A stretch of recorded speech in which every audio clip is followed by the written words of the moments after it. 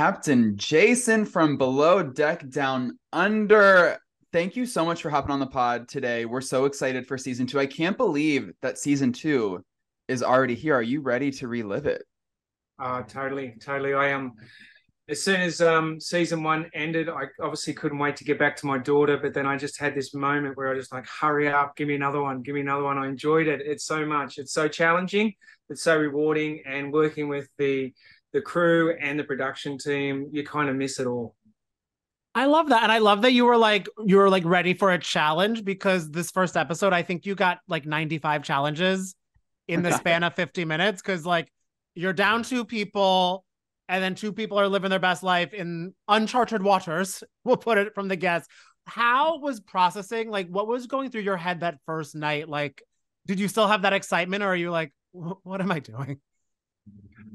Well, I was focused on trying to learn how to drive that boat too. Like, it's an old Explorer 77 old fishing vessel that used to pick up whales, and it's not meant to be in the reefs, and it's not meant to be able to cruise around there. And I've had a bit of an accident in Cairns before in that marina, so I didn't want to have another one, especially on TV. You were very Dido. I will go down with the ship. I loved it. Yeah. Yeah. There are so many new faces this season, Jason. A lot of really interesting characters. Tell me about some of your new employees who you vibed with the most, who maybe you didn't end up vibing with, because it looks like you're about to fire someone later on this season. So just tell us about this new energy that is on aboard the ship. Look, some of them are a bit. There's some characters there. It took me a little bit I shined to them, but I was just like, there was some children there, but then they grew up through the show, and I enjoy that. I like a bit of growth, and we had some emotional, insecurities coming out in some of the crew, where we had to actually push through and get them through, especially when they are the key role. We definitely had Aesha doing Aesha, and just leading the charge, which was fantastic. I had some really good crew. I had some really good moments. I think they got a lot out of it, and I had some fantastic guests. And I feel like when like being a captain, you almost have to like double duty, like taking care of the ship, but also being kind of like daddy figure to all of the crew and everybody. How do you juggle the like that level of trying to be like, okay, you have to do this, but you also know that they're a person and you want to like help them grow while trying not to like rip them apart for not doing their job correctly? Because I feel that's a hard dance. Well, yeah, look, you get a lot of empathy when you get older, especially when you've had a child and you understand what priorities are, I must admit. Look, there would have been times 15 years ago that I would have just been pushing them as far as they could until they dropped. But then those times change. You realise that, we're jumping up and down sometimes for nothing. We do work long hours. We do work tremendously long hours. And what happens in a normal year, we're actually doing that in 6 weeks. So I have to have even more empathy. There's a lot of things that would happen on a boat that you see that would probably wash themselves out.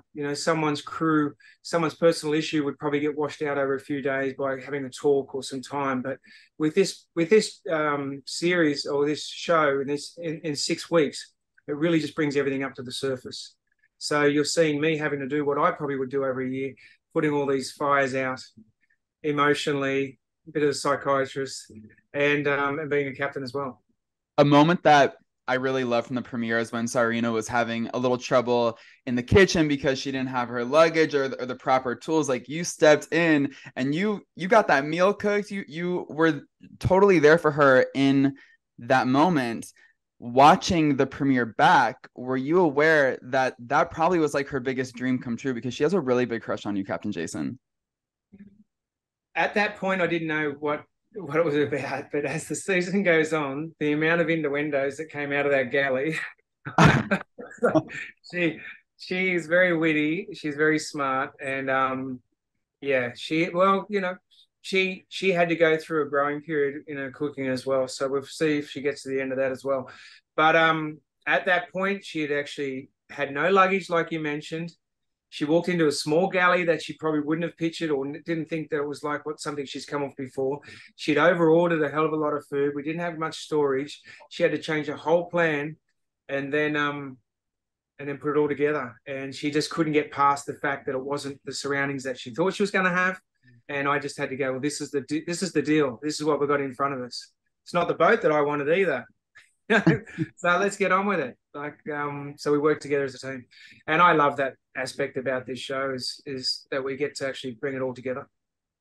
I feel so much of it is just kind of what you're saying. You're like, this is what we were dealt. Like you were dealt being down a few people on the first charter as well. And I do kind of love Laura, the new face, that speaking of, she loves her new face, like her face too, because what were your thoughts watching like Aesha, like Laura, and she's just like, gotta finish the lip gloss and everything like that. Do you think she was justified? Because, you know, presentation matters when you're working, or she should have maybe sped it up a little bit?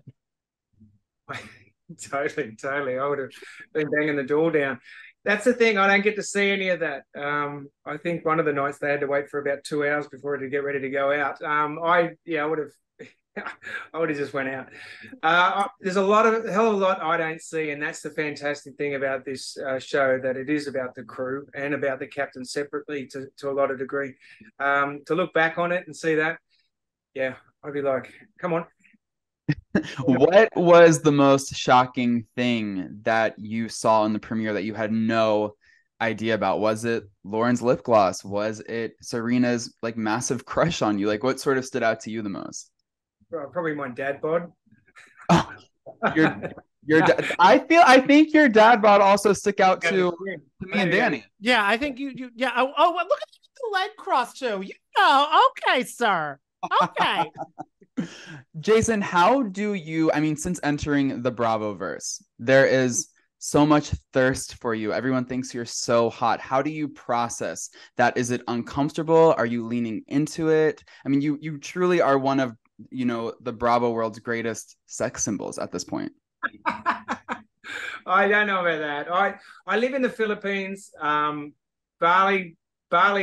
there's so much going on there that I'm a nothing. So that's fantastic. I can hide there. But when I come to America and Australia, you know, people are stopping me a lot and I'm enjoying it. And I think people coming up and having a chat with me and me actually asking them and talking to them and being so interested what they're doing, because that's what I am, a bit of an explorer. And I love meeting people. That I'm just enjoying absolutely meeting people, meeting them and having a chat with them. I'm not going to be here for long, and I'm enjoying what's in front of me now. I love that. And I feel a lot of people are enjoying what's in front of them when they're watching you on the show and etc. And I feel me and Evan love when Bravo bubbles combined. Have there been a moment, because you say you don't see a lot what goes down on the show. I'm sure you see your DMs. Have there been any Bravo celebrities who have slid into your DM to, you know, say hello? How are you, Captain? Not as yet. There was no sliding. There was some conversation after BravoCon of one or two people that we met, but there wasn't much of a sliding. It was more of a catch up. But nothing's come to fruition, and I am single. Who are we catching up with? Who are we? Catching up with? Oh, we can't. You know, what stays on the ship? You know. I don't think you're on a ship on BravoCon, sir. We'll save it for next BravoCon. Okay. You can have a reunion in Vegas. I mean, okay, so just looking back on BravoCon 2022, tell us about some of the connections that you made, maybe some friendships that started that, you know, could have possibly, you know, been brought into the DMs. Hanging out with the other crew members was fantastic. Meeting the other captains was pretty inspiring. Meeting Sandy and Captain Lee. Hanging out with the sailing franchise and the Med franchise, Fraser, Courtney, Z, all these people were just amazing people to meet. I really enjoyed hanging out with them. We met a lot of the housewives. They were staying in the same hotel. That was good.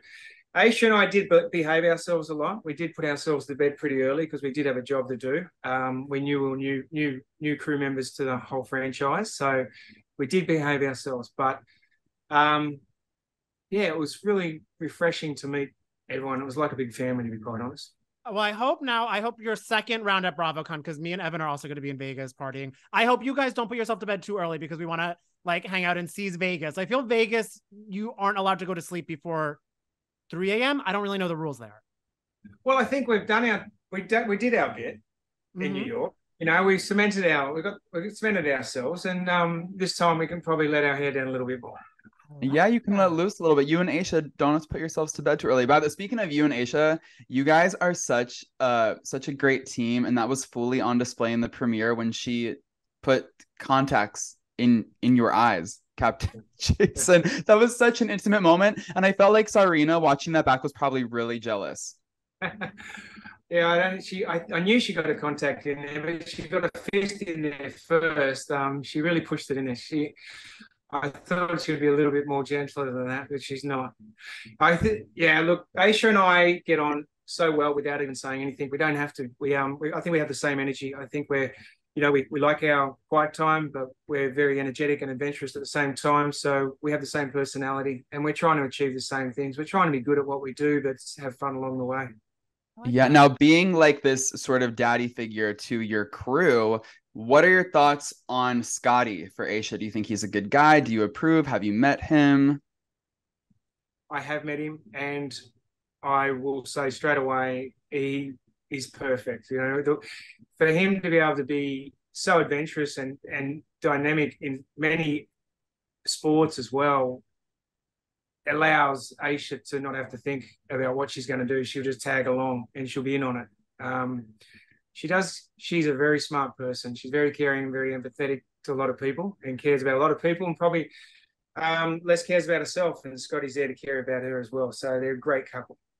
If they ever decide to take the next step and tie the knot, would you be willing to officiate their wedding? Because that's like what's going on in like my fantasy world. That sounds great. Someone actually asked me that the other day. Why don't you start doing celebrity celebrant weddings? I'm like, I might look into that. Why not? So it's funny you bring it up. The universe is speaking. So yeah. Yeah. It's telling me something.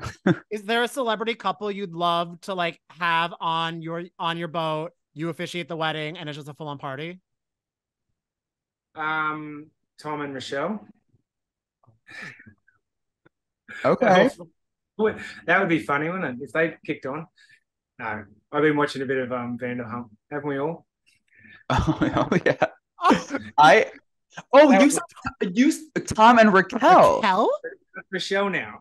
Oh, Rachel. Oh, Rochelle. Oh my God. Okay, Captain Jason with the shade. When you said Tom, I thought you said Tom and Michelle, and I was like, wait, do I not know about a very okay? So we're talking about Tom and Raquel. You want to officiate their wedding on your boat? That is a brave thing of you to say. Is that bad luck on a boat? I don't know boat rules. Yeah, I've been watching too much Vanderpump, whatever it is. Yeah. Wow. Okay. So you're kind of like Team Tom and Raquel. No, not at all. It was tongue in cheek. Okay. So maybe I'd probably get my ratings up, and I'd probably get my my status as a celebrity celebrant. Well, I mean, when you're watching Vanderpump Rules, there are more and more by the month, more beautiful single women there. So maybe you can officiate Ariana and Jason's wedding there. Yeah. Well, no, I haven't watched enough, unfortunately. So I'll have to come up with my own celebrities. Who else? Are you Travis and Courtney? Who? Travis and Courtney. Oh, that'd be fun. They could do a little vow renewal. Yes. On the boat. I love that. That'll get some money in it. And you were talking about, because you did say that you are single. Are you like trying to date right now, or are you too busy? Because I know like parenting, your job, everything like that. Is it on the forefront for you or the back burner? Yeah, it's becoming more. It's been pretty difficult because when I'm not working, I'm racing home and with my daughter, and usually I take over that time period. So, you know, I've got school and everything, and I'm solo. And then I leave to go to a job, or leave to go to below deck. However, now in the next year, I think it's time to start branching the wings a little bit, have a look around. Yeah, it's a bit of me time coming out soon. I feel like a lot of people will be very excited to hear that, Captain Jason. Now the DMs are really going to blow up. Yeah. I also love how much you love being a dad. That is just so clear and evident. But you live this really crazy lifestyle as an explorer, as a reality star. How do you juggle it all with fatherhood? It can't be easy. No, her mother is carrying a lot of the baggage for sure. That's why, that's first and foremost. They need to be right before I can be looking elsewhere. They're nearly set. They're nearly. She's in a nice school at the moment. We've relocated to a different area so she can get better schooling. They're at that position now where they've got some stability, and I can start, thinking a little bit less about them and more about me. Very nice. Does your daughter have any idea that you are this big Bravo celebrity now? Does she watch the show at all? She has watched the show because of where we are. We obviously haven't streamed it, but she does sneak into YouTube a bit and see that. Before BravoCon last year, I got a selfie with a couple in Bali, and she said, "What was that for, Papa?" And I said, "Oh, that was for that show I'm doing." She said, "Are you famous?" I said, "No, not at all." She goes, "You're not my idol." I said, "Who's your idol?" She said, "BTS." So, Wow. She knows how kids know how to keep you humble. K-pop. I know. And then I went off to BravoCon. I was like, okay, my feet are grounded. I'm good. I'm good. Right. So right. she tries to. I know she sneaks a bit of YouTube a little bit now and again, but gets some bad clips. But I'll have to sit her down one day when she's a bit older and watch a few episodes of BC. Yeah. Would you encourage her to get into the yachting business? It's changed significantly over the years. Like years ago, there was a lot less boats. We kind of knew each other. There was the tax man wasn't at your front door, so things were a little bit more easily hidden back in the day, 20 years ago. There seemed to be a faster path up the ladder because there was less boats. I think people are now realizing how many hours there are on a boat that you put in. Mm-hmm. I think if you can do some hospitality trade early and then use the industry to travel and enjoy yourself and meet some fantastic people, do that. But from a long-term perspective as a captain, you better be prepared to be away from your family because, there's not that many jobs that allow you to go back to your family. And that can be a disaster for a long-term situation. Okay. All right. Yeah. Well, now Danny and I have something to think about because, we were questioning, do we become yachties or not? We didn't know if this was also going to double as like an interview for us to be a part of to work for you next season. But okay, good to know. We'll think on it and get back to you. We might do K-pop instead. All right, Jason, thank you so much for taking the time. It was so great catching up with you. And Danny and I are just on the edge of our seats to see the rest of season 2. We can't wait. And to party with you in Vegas. Yes. Thank you very much. I really thank you for listening and hopefully see you in Las Vegas. Yes, let's go. Aesha Scott from Below Deck Down Under season 2. Yeah. Danny and I spoke to Captain Jason earlier, and we were telling him how we just can't believe season 2 is already here. How are you feeling? Oh, what do you mean already here? I feel like I've been waiting for it for so long. It's such a good season. I think as soon as we wrapped, I'm just desperate for the world to see it. I think I'm not being biased. I truly think it's one of the best seasons of Below Deck ever. And I just want it to get out there. Well, I mean, the premiere is so good. Oh, well, I haven't actually watched the premiere yet. But I was there in person. So I know that's fair. And you were there during one of my favorite confessionals when you were like, I'm going to be a bad bitch this year. Well, actually, I don't know how to be a bitch. How did you balance? Did you feel like you got to be like 5% bitch? Yes. In a good way, in a good way. Yes, exactly. I think last season when I watch it back, I just cringe a little bit and I'm like, how did I let Magda get away with shit for so long? How did I let Ryan be an asshole to me for so long? And I just thought I have to be more assertive. Part of being a manager is being able to confront people and have those uncomfortable situations. And I've seen time and time again in myself even that if you don't confront people, everyone just runs rings around you. So I came back this season and I'm so proud of myself because I'm much more assertive. I hit the people up and it feels really, really good. Oh, I love to hear that. But I dream of having a manager or a boss like you, Aesha. You just seem so cool, so sweet, so nice, so freaking supportive. And I loved how supportive you started out with Laura. And Yeah. then you realize later on that maybe she spends a little bit too much time applying her lip gloss.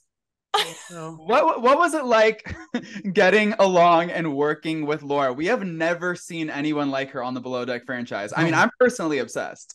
Yeah, it was good and bad. I think it was really nice having someone who had been a chief stew before, because like, you know, she was capable. She was really capable. She took an initiative. She knew what she was doing. But then, yeah, as you see on the other side, it's like the number of times we were all waiting for her when she's, you know, taking 2 hours to get ready and we've got really limited time off. Or, you know, the number of times she says, well, this is how I would do it.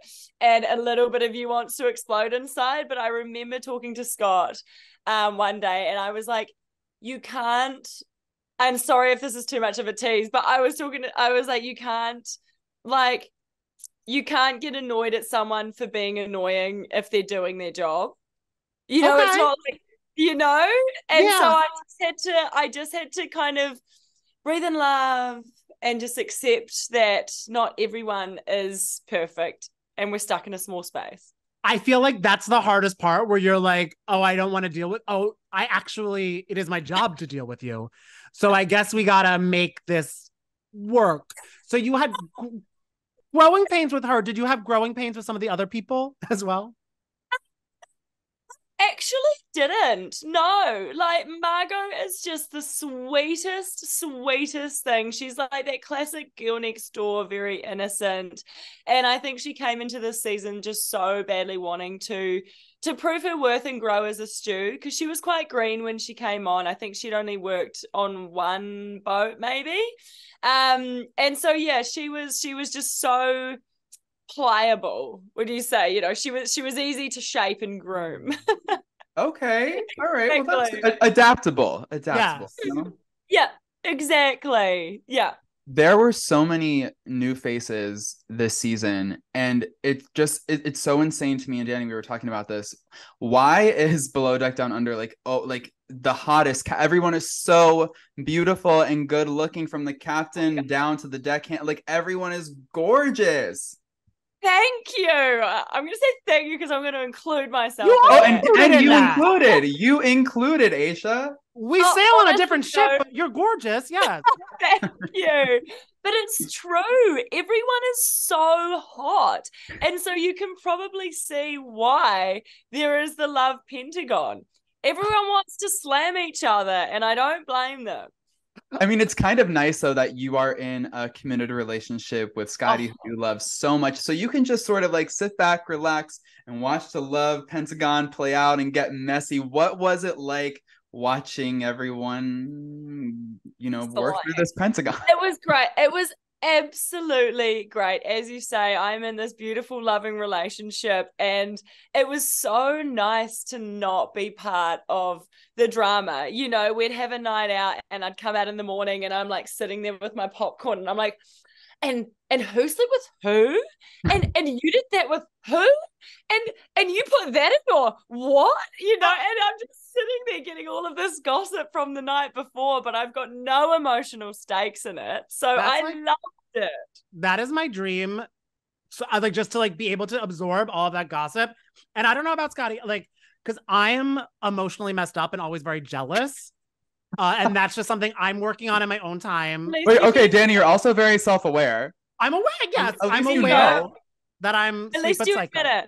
Yes. How is he? Because if my partner was getting on a yacht with all the people, if I saw all those cast photos, I'd be like, I'm coming on, or I don't know what I'm going to do. How is his preparation for that? Luckily, Scott is much more emotionally stable than you are. Okay. It's a low bar for him, but I'm glad to hear it. But no, I think what I love so much about Scott in our relationship is that neither of us are jealous people. He could be sitting in a room full of naked women and I just really wouldn't give a shit. And we're not jealous, and we really, really trust each other. And so I think, as long as you have trust and you know that there's no planet where either of you would betray the other person, then you just don't have to think about it. Oh, that's so nice. And then you can update him on the love pentagon and be like, babe, this is what's going down. Yes, exactly. And I think when I'm there, I mean, thank goodness that we're like that, because when I'm there, I'm so busy that I don't really have time to talk to him anyway. Like, it's always going to be harder for the person that's left at home, because I remember even season 1, I think I called him twice. I was so busy and so exhausted. This season, I called him more times because I was a bit more, under control. And we message each day, just being like, miss you, love you. Like, this is what's gone on today. But I just physically don't have the time to sit there and have these like hour-long conversations with him. So, I mean, if he wasn't a strong man, it would be very, very difficult because I just can't focus on him. Well, also you talking about how like you're barely like you don't have time and you're too tired to like do a phone call, which I totally get because like you guys are working, running around so much. That's why I'm always commending the single people on Below Deck. How are you guys like able to like go out and dance the night away and then etc.? Like, how are you not always just? No, honestly, it's like, when we go for our nights out, I am so exhausted that it's sometimes it's hard to just put the glass up to my lips, and then they're going home and putting a number of other things towards their lips. And I'm like, I'm the queen of chicken noodles. So all I can muster is getting into bed. And because what my routine is, which you'll see, is it's so demanding and exhausting that the one piece of time that I like really have to myself is at the end of a night out. I make chicken 2-minute noodles. I've got a special recipe, 6 minutes, very gluggy, no water in it. And I lie in bed and I suck down one noodle at a time. And that's like my mindful meditation and my me time. And that's about all I can muster. I love it. As before you said that's my meditation time, I was thinking how meditative it would be to slurp a singular noodle at the end of it. Like, that sounds really, it's like ASMR too. That sounds amazing, Aesha. You need to like maybe start like a video series or an ASMR channel. Like, what, you pay a $10 a month subscription to hear me suck on noodles? Yeah, Danny and I are your first subscribers. You have a $20 bill right here. Wait, so I know, and it's funny that you were talking about how you could you can only muster chicken sucking on noodles, because it's funny. Captain Jason told us that you guys were kind of putting on like your big boy and girl pants at the last BravoCon, going to bed early, trying to be all good. Yep. Honestly, you guys would have been so proud of us. We went there and like, because there was some, I mean, I'm not going to name names, but there was some talent that I was seeing getting home at like the sun coming up, or that had 1 or 2 hours sleep. But I think for me, the Bravo fans are the most beautiful, lovely, excited fans. It's this amazing family. And my heart I've got so much gratitude in my heart for them. And my heart just wants to explode. And so when I was there and I saw how happy and excited they were, I was like, I have to give them every single piece of me. I'm not here for my own, I'm not here to live around and run my own life and go out and get wasted. I'm here for them. And people had paid so much for tickets. They'd flown across the country. So we just thought the very least that we could do is give every bit of energy back to them. You are truly the people's princess, Aesha. But we were talking to Jason, and we're talking about BravoCon 2023, which is happening in Vegas, and we're like, that's the place to party. Like, you can't really sleep in Vegas. There will be no going to bed early in Vegas, Aesha. Oh, I know, and that's what I'm worried about. He also said he said he's ready to stay up late because you already did the second season. He says you guys can have a little party time. So you have Captain's approval. Okay, I do. Okay, Yes. well, I'm going to Okay. write that down. I'm going to get him to sign it. And maybe, well, you know what, though? I was thinking I might go a couple days early and stay a couple days after. Because I'm like, I will want to have a bit of a rinser night. So you and Vegas never sleeps. No. So even on the Sunday, I'm sure I could go out on a Sunday in Vegas and someone would party with me. Oh, totally. Well, Captain Jason, he gave you his approval to party in Vegas. He also gave his approval to you and Scotty. He had nothing but sweet things to say about you and Scotty. And he even said, if you guys choose to marry in the future, he'd be down to officiate the wedding. Oh, that's so lovely. Isn't that nice? So much.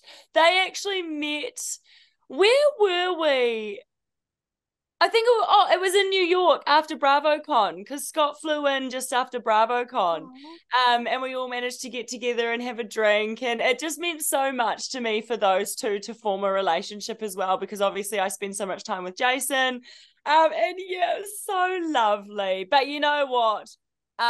If Jason's thinking we're getting married in Vegas, I'm definitely not doing that. We didn't bring up getting married in Vegas, but that actually sounds like a very chic idea. I mean, Courtney and Travis did it.